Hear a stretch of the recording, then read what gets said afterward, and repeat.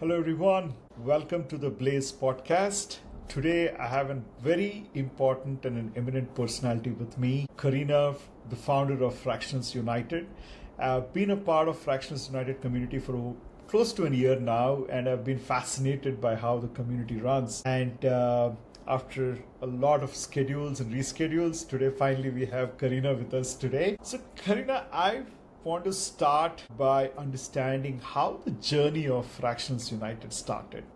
Where did the idea stem from for you to bring this community together and most importantly manage it free for a very, very long time, which is not so easy on a Slack channel? And then it's a different story. But how did the idea come and why did you want to do this? So I was doing fractional work for, I would say, over almost a decade before it was like officially called that, right? Or no one really remembers exactly when the term came about. But I've been doing fractional work for a long time, and as sometimes happens, I went full time with a client and then came back to fractional work. This was in the beginning of 2023. And when I came back, it was very different than 2 years prior to that, which was the last time I had looked for fractional work. Upwork was no longer viable for fractional work. It had gone way downhill. And as an introvert, I was like, okay, where are my people? I don't want to figure this out on my own because I had joined some really great online communities during COVID, and I knew the power of online communities. So I had this idea or this realization January 7th, 2023. It was a Saturday. I was talking to my husband, and I'm like, okay, I need to find my people. That evening, I started Googling mad, trying to find fractional communities. But I couldn't really find what I was looking for. Like, I found pseudo communities, right? I found communities that were someone's pipeline, or communities behind a paywall, but no community for the sake of community, which is what I was looking for. So I looked up at him and I'm like, is this the thing I do? I don't know. Let me see. He's like, I'm not cut out to just sit and look for work. It's like I need to feel like I'm doing something, I'm building something, I'm contributing. And I was going crazy. So I just put together a simple landing page, put together a simple free Slack, the MVP, put out the message on LinkedIn and some of my other communities just to even see if there was interest, right? I had no idea how people would react to it. By the end of that first weekend, I had over 50 people that were like, yes, please. And it kept going up. So I was like, okay, I guess I'm doing this. And, once I realized that I wasn't the only one looking for a community, because as you know, fractional is this weird hybrid where we're part of the company, we're embedded, but we're not full-time. So we're not like the full-time employees and we're not like consultants who are, their own thing. So once I realized there were others like me looking for community, looking to connect, collaborate, and learn from each other, I was like, okay, I'm doing this. And the reason I chose to do it for free for so long was because I knew that there were others like me struggling to find the work. So I didn't want there to be a buffer, right? Or I didn't want it to be something that people couldn't afford to get that help. And I tried really, really hard to keep it free, which had been my original intent. But unfortunately, it got to a point where I couldn't do this on my own. I had to have a team, and it's still a small team, facilitated by a lot of automation, but I have to pay them. And I have to pay the tool that automate and enable everything else. And I hadn't paid myself in 2 years. So it was just not sustainable after a while. So even though it's no longer free, it's still very affordable. But one thing also I realized, Karina, I run a couple of communities and, I do a little bit of mentorship for startups and things like that. When you give away free, the value is not felt. People write on LinkedIn, people give articles on LinkedIn and things like that. But when I was looking at building my website, I wanted to keep some articles and things like that. I never kept anything free. $1, right? And that too not the US dollar, the Australian dollar, because my company is incorporated there. With $1, I don't get anything. But it's just that I wanted people to feel that, yes, I'm buying something, so I have to read this through or utilize the service the way it is supposed to be utilized, right? The seriousness will come only when you pay that ₹1. I read a fantastic book called Free. I forgot the author's name. And that opened up my mind a lot. There is nothing, I mean, even the air we breathe is not free. I mean, we think it is free, it is not, right? And the world goes into, we'll give you this free, we'll give you that free. But what I realized is there's nothing called free in this world. There's no free meal, right? Yeah. It has to be earned and it has to be monitored or whatever. The value should be derived for that $1 you spent or whatever it is. So I completely hear you. Running something free or something like is, I mean, it adds value to a certain extent, but after that people don't take it seriously. Right. So absolutely. I'm glad now we have more serious focused conversations on the group and things like that. But yes. And where are you seeing Front going? I mean, in your mind, where are you seeing it going in the next 5 to 10 years?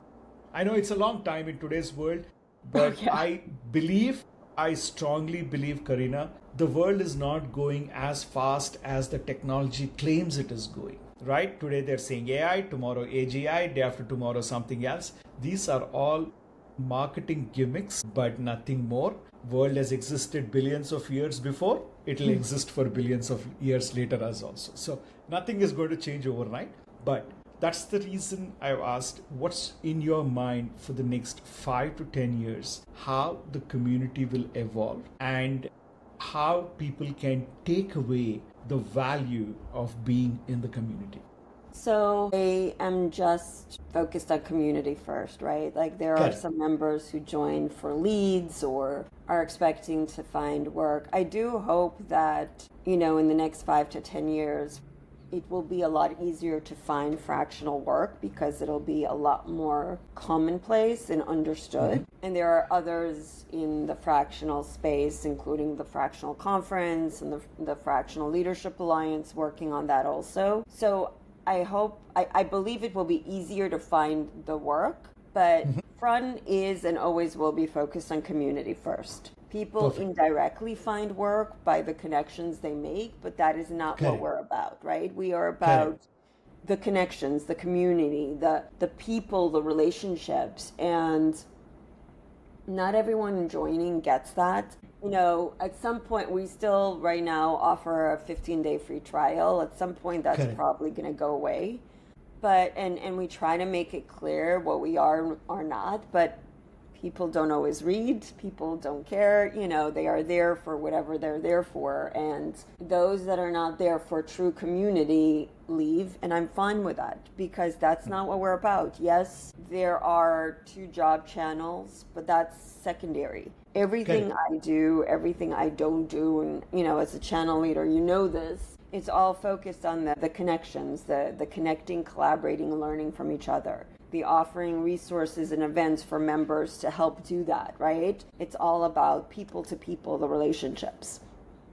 I hope I will be doing more panels, both member panel and expert panels, because I think that gives members a lot of value and it's really interesting. Like we had a great one recently on an expert panel on selling without the cringe that I think went really well. I'm working on one on next gen AI and no codes. So there's going to be really interesting panels. We're doing a guest speaker series, right? So there's different kinds of events and resources that I'm going to try to see what lands and what provides value or not. But it's always going to be about connecting, collaborating, and learning. Perfect. Now, moving away from the community, I want to focus something for first-time viewers. This podcast is not for our community members. It is for the remaining part of the world. So, Karina, if somebody wants to become a fractional, what are the top 3 traits you feel a person should have to become fractional and to become successful? So I think there are three parts. One is you have to have the expertise, right? Like the way we define fractional, it is a senior leadership role. And the reason it can't be fractional is you've got the experience. You've done this full time. You can be very efficient and strategic about it and work through your team. So you have to have the expertise. It's not a shortcut, right? You can't just add fractional to your title and be a C-level employee or consultant just because you're adding that to your title. You've had to have done the work to be able to do it well fractionally. So that's number one. And that takes time and expertise and experience. Second is you have to be willing to work for yourself and unfortunately do the networking and the business development and depending on your country, understand the legalese and incorporate and all of that, right? You have to invest in your own professional development and, structure and taxes and all of that. You have to be willing to do all of that. Sorry, my voice is going. You have to be willing to do all of that because it's not the same as working for someone else, right? And there are pros and cons, right? You can set your own hours and rates and time, but you have to do all that extra stuff that doesn't come if you're working for someone else. And the third is a little bit an extension of that, the mindset, right? You have to be ready to be able to juggle all the things and really give yourself time blocks and guidelines and guardrails because you're gonna have to live in a world where you are doing more than one thing forever, right? There's going to be hopefully more than one client and you're gonna have to learn how to juggle that and be effective and constrain, right? And you're going to have to leave time for professional development and for life and for, the pipeline and all of that. So it's a different mindset and it's a different lifestyle. And you have to be willing to do that. It's not going to be easy. It's going to be harder to take time out for yourself. It's going to be harder to do all the things because you're always going to have more than one thing you have to juggle. So these are the three things what you feel will become the key traits. So, and I agree with you, Karina. I've heard many people, I'm part of few communities in this part of the world, and everywhere the same question, right? How do I build a pipeline, or will this give me a lead gen, right? Nothing gives you lead gen. People don't understand that. It's just your networking and your this thing. That's when will come. So, I personally feel that anybody wants to become a fractional. Probably today you're becoming a fractional because you have your existing network. 2 years down the line, when you get busy with your work, your network is not going to be in touch with you.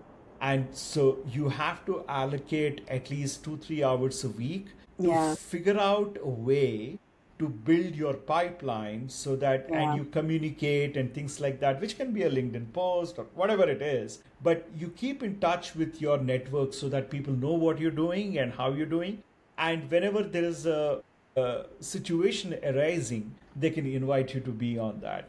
And next 5-10 years, I think I read it somewhere in HBR or some review, by 2035 the world is going to have more than 1 billion freelancers. Let's put ourselves also in fractions as part of freelancers. Right? So predominantly the work styles are going to change, the work cultures are going to change. Probably the large companies will continue to manage it, but the medium and small companies will change the way they operate things and just bring people. I need this product to be built. Okay, bring 3 people for 6 months and get it done and let them go. It becomes, very easier legally and also financially for organizations to get the best things out coming. Fantastic. So, Karina, in your experience, I know US is a much more matured market in terms of fractional acceptance, and over the last few months in this part of the world, I'm also hearing from people who have been fractionals saying that I'm really looking to go back into a mainstream job, right? And it's getting very difficult. I understand, even I've been through the journey, right? So in your perspective, why do you think the market has matured a lot more in America than the other parts of the world? I know a couple of reasons, right? Which is, I mean, America is fast evolving, they're the epicenter of technology, blah, blah, blah, blah. These are all the common answers.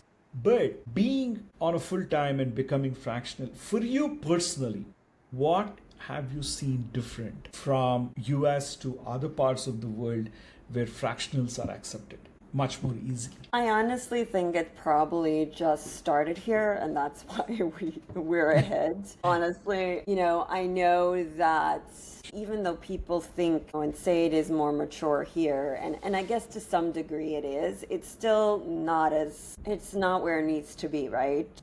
Correct. Like I said, it's still really difficult. Just to demonstrate this, I think it was maybe 9 months ago to a year. I had a conversation with a New York accelerator director, right? So we're talking about someone who, she runs an accelerator, so she should be in the startup world and tuned in, and it was an accelerator associated with NYU, which is like a pretty, it's not Ivy League, but it's a pretty predominant New York university. Correct. It's well regarded, and so it was an interview for a fractional, an interim fractional role, because it was a mat leave coverage. She didn't call it fractional; it was an interim whatever, right? But it was fractional. Actually, so it was a mat leave. It was a part-time mat leave coverage. The person I was covering was full-time, but the mat leave was part-time. That's what it was. So in talking, I labeled it fractional, and she didn't even know what it was. Okay. You know those like cartoon images where like the characters like brain explodes? That's what was going on in my head. True. Like an accelerator director did not understand what fractional was. I'm like, oh my God, right? It's like, she should be so tied into the startup world. And we're talking about New York, and she didn't know what it was. And this was like a year ago. We're not talking about 10 years ago. So it's like, we're not as far as people think, unfortunately. And I just think it's like I tell the community, like, we all have the power to help this along. Like, the more that we talk about it, the more, like, I created fractionaldefine.com because I got tired of just repeating myself, and anyone can like point people there and use it, right? The more we just educate, like, this is what I'm doing and this is what it means, and like, this is why it's a benefit, right? And just spread the word and awareness. It's it's like that uphill battle, but there will come an inflection point, right? I don't know when. Correct. So, I mean, yeah, as you said, one of the reason is probably because you guys started it, but this part of the world, I do see challenges when you propose, because one thing is, if I look at India, the population is high and the number of specialists are too high. Everybody terms them. But to find the right kind of person, again, it goes more through the network and things like that. Oh, yeah. So it takes a time, it takes a while. But according to you, again, this is very personal to you in terms of your experience. I'm banking on your experience because this is what people want to hear. Actually, after this, Karina, I'm doing a series of podcasts with about 6-7 eminent personalities on something called the dark side of AI. And I want to tell people through the podcast that nothing is changing. It's a slow change, and how students and up to 10 years experience should embrace AI. So to bring out the hard truth, because if you open media today, everybody is like, you don't need jobs, you don't need people. It's all, I mean, people are interchanging AI and automation. So we're going to do that. But coming back, predominantly with your experience, Karina, as a fractional, if I want to start my journey, or if I've just begun my journey, how should I categorize my day? When I say a day, I'm just bringing it down to a day level, but I can look at it as a month. Yeah. In terms of how do I find my leads? Do I allocate the time for my work, building discipline within oneself? Any tools which you recommend people can use? And how do I structure my offering so that it becomes lucrative and easily understood. You can take your own personal example or something. So this question is for viewers or listeners to the podcast who are wanting to jump into the fractional world but are stuck not knowing how they want to do. So, as you said, you definitely need to leave time to network or biz dev, even when you're busy, and definitely in the beginning.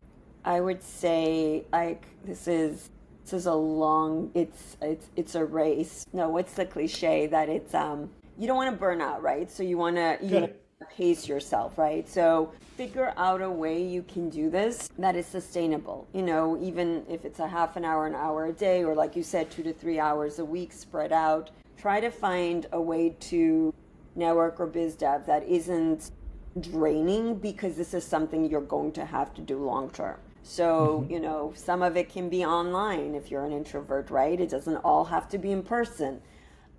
Find a way to build that into your either day to day or week to week, right? And maintain that. It can increase or decrease, but there has to be a minimum level that you maintain. Once you have clients, and even though you're a fractional, doesn't mean that all your work has to be fractional. Like, I'm a workflow consultant, right? You can do project work and fractional work.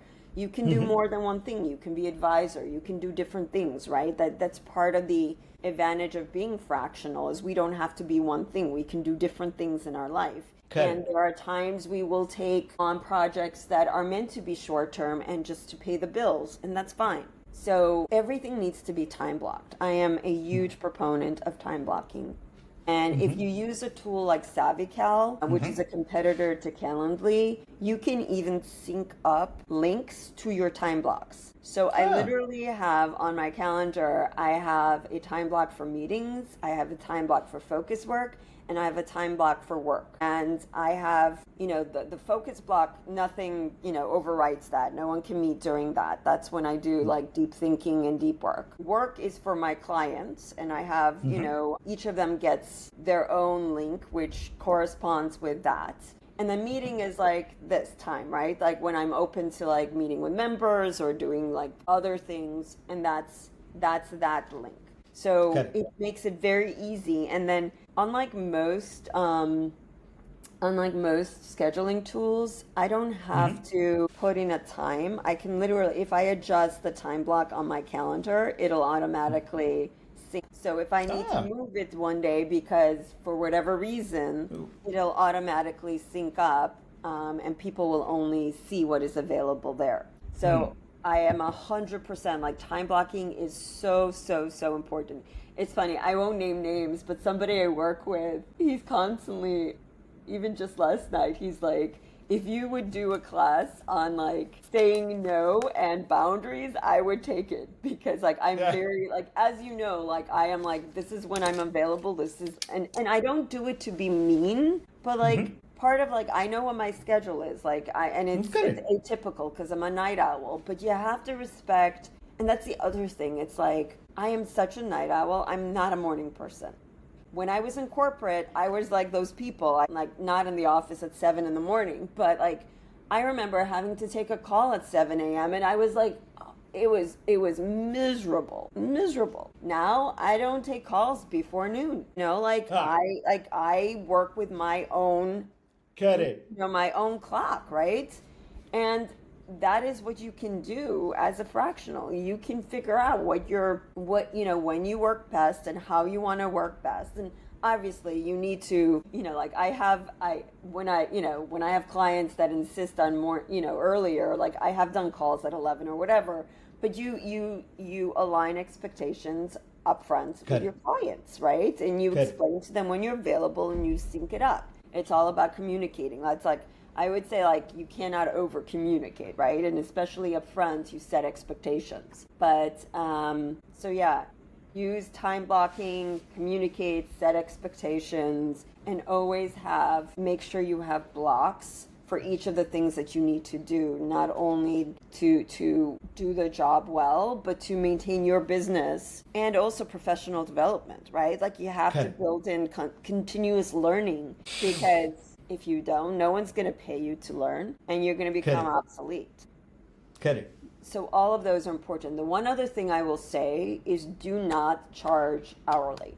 Like that is a mistake. Like we are experts. A lot of what we are being paid is to connect the dots and think. It's like name me one fractional who turns off their mind after hours, right? It's like constantly thinking about things. We're constantly connecting the dots, you know? So it's like we are being paid for our deep expertise and knowledge and strategic, you know, skills. So it's about the results. You know, like as a fractional COO, I have time blocks because I run the company, right? So it is a little different from function to function. So for me, I have to have time blocks and I tell them like I'm available for X amount, up to X amount of hours because I'm managing the team, I'm doing one-on-ones, I'm running the business. So mine has an hourly component just because of that, but it's up to that, right? It's not necessarily that I am there that entire time. I am available up to that many hours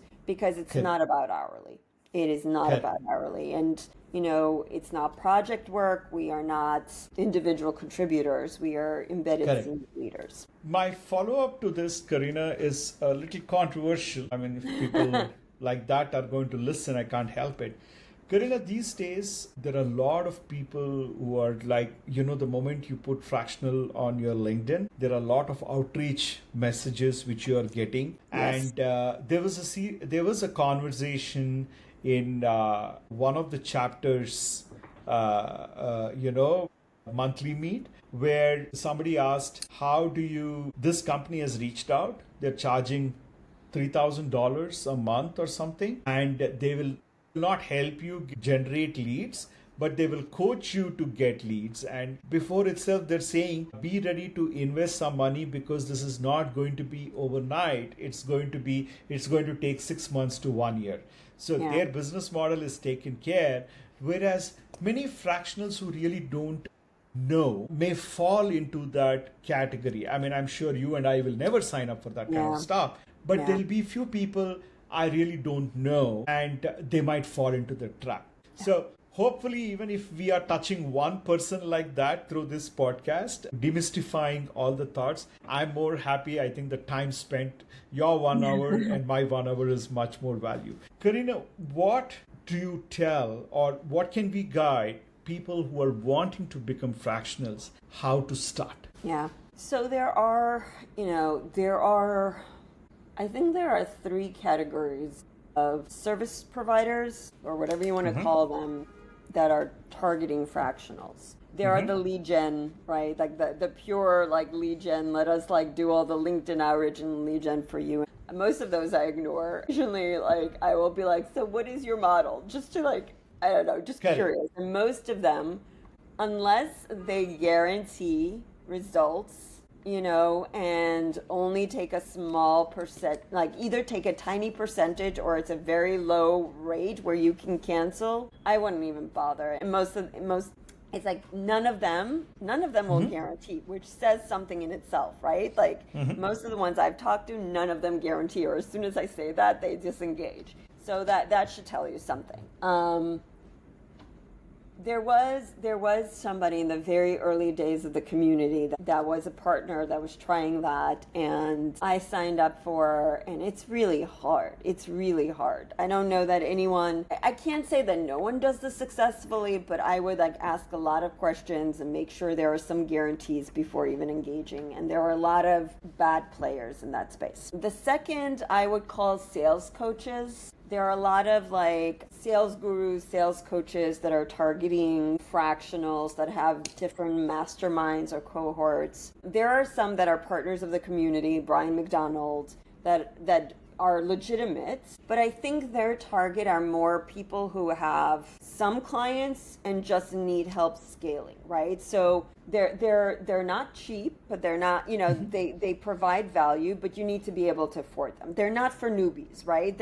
You have some money, you have some clients, you just don't know how to get more. right, while you're doing work. And they will help you figure out your messaging and your targeting and how to do that. So that's why I call them more like sales coaches, right? And then there are the programs for the newbies, right? There's Voyager U, there is, Henning has one, I forget what it's called, Be Fractional or something fractional. There is a new one coming out from Lemonade. There's a bunch. There is a bunch. Some of them occasionally partner with us. And there are legitimate ones. There are definitely legitimate ones. Like all the ones I named are legitimate. There are various price points. What they help is they will help one of different things. They will help you think about fractional, like the things I told you about, right? Because there are people coming out of corporate that don't even know what they're getting themselves into.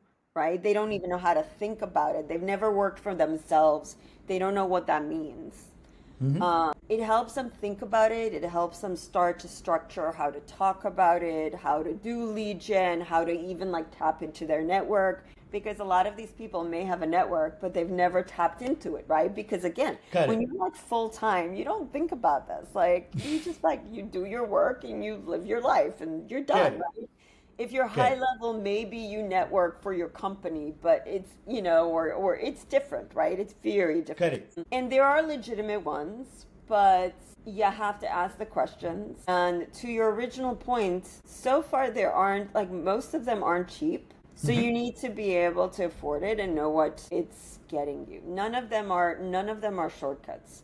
There is there is no budget solution, unfortunately. And like, I want to be fair, like the Voyager U and the others are legitimate, but they are not cheap and they are not shortcuts. So you have to decide if, if you can invest the time and money and afford them. If you can't, then you should join Fractionals United or some community and learn from just surrounding yourself by people who do this and the resources available, But even that is not a shortcut. There is no shortcut. No, I mean, I know the Slack gets buzzing predominantly each working day. So what I do is I allocate about half an hour each day for my Slack channels. I'm part of few Slack channels.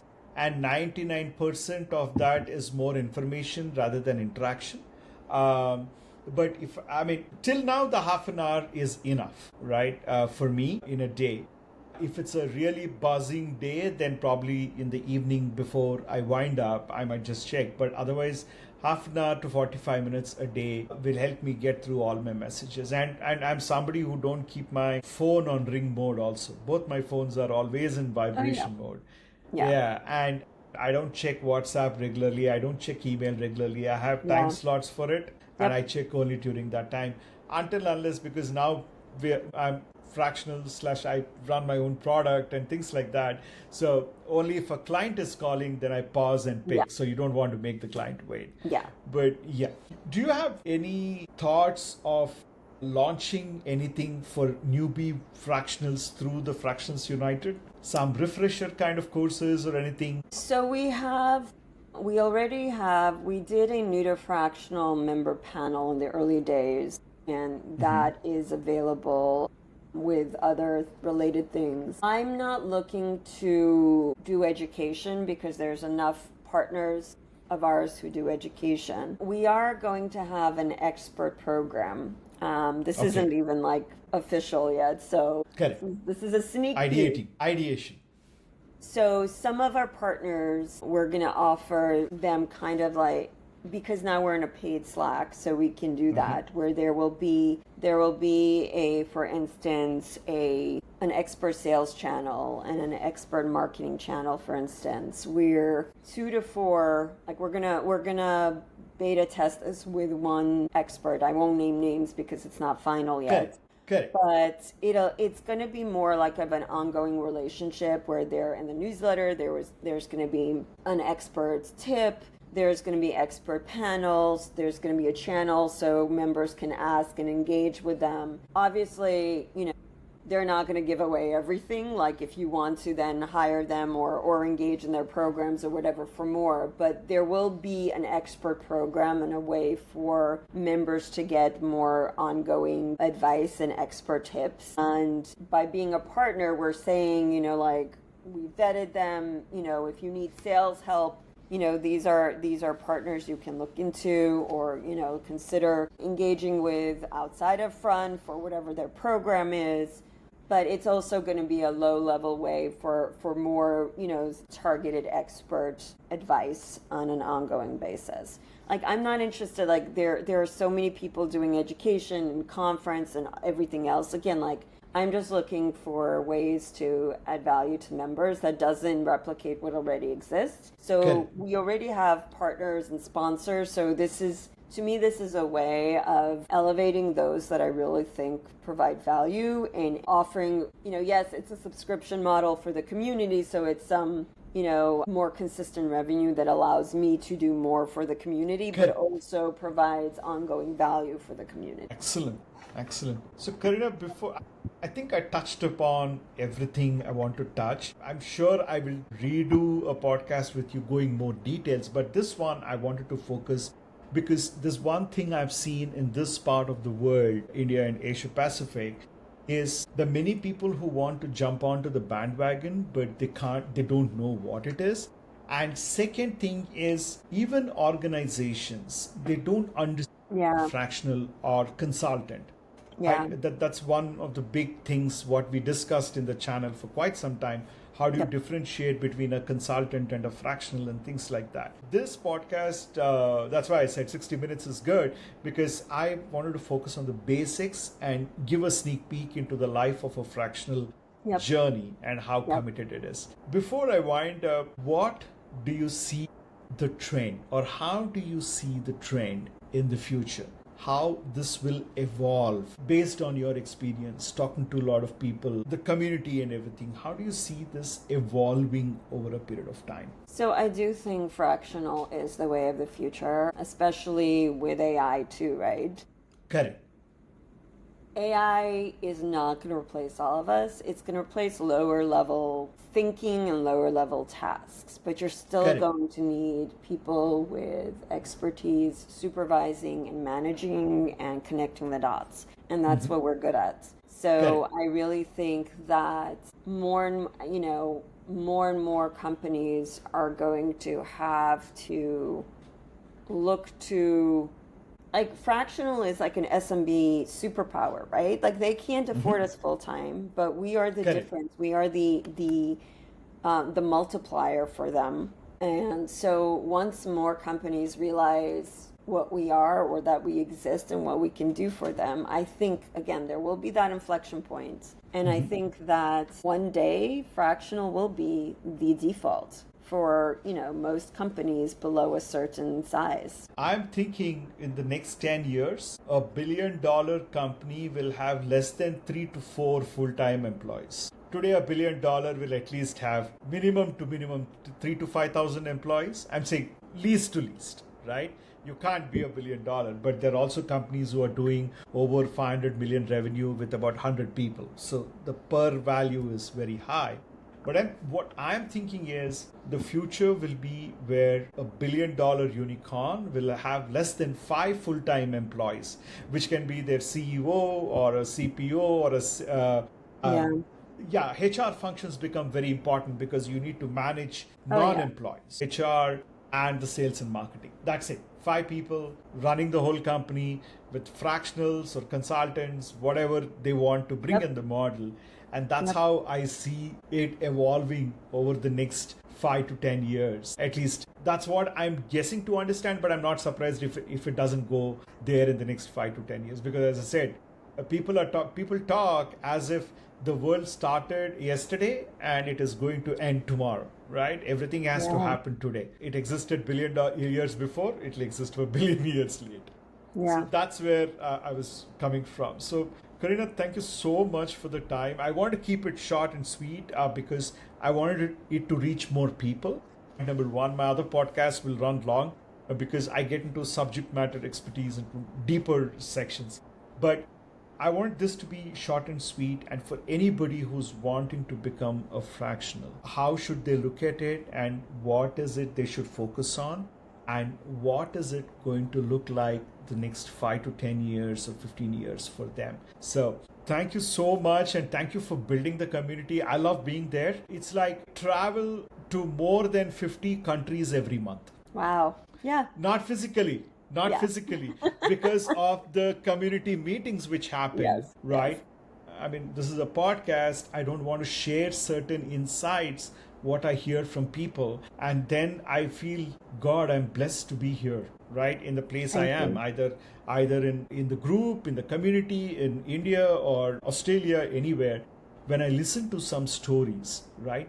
You don't need to be there in person to know what the situation is. So in summary, without getting on a flight, I travel 50 countries minimum on a not a great day. If it's a great day, I travel more countries, right? When more people join, and I hear a lot of conversations, how people think, how businesses think, how people ideate, how people put across things, how people struggled starting their journey as a fractional or their entrepreneurship journey, whatever it is. That is invaluable for me personally. So I'll continue to be part of the group, keep irritating all the other guys and you at all the time. So, but thank you so much, Karina. I know you have a meeting in another 10 minutes, but thank you so much, and look forward for more conversations. Likewise, and thank you for everything you do. Anytime. Thank you, Karina. Bye-bye.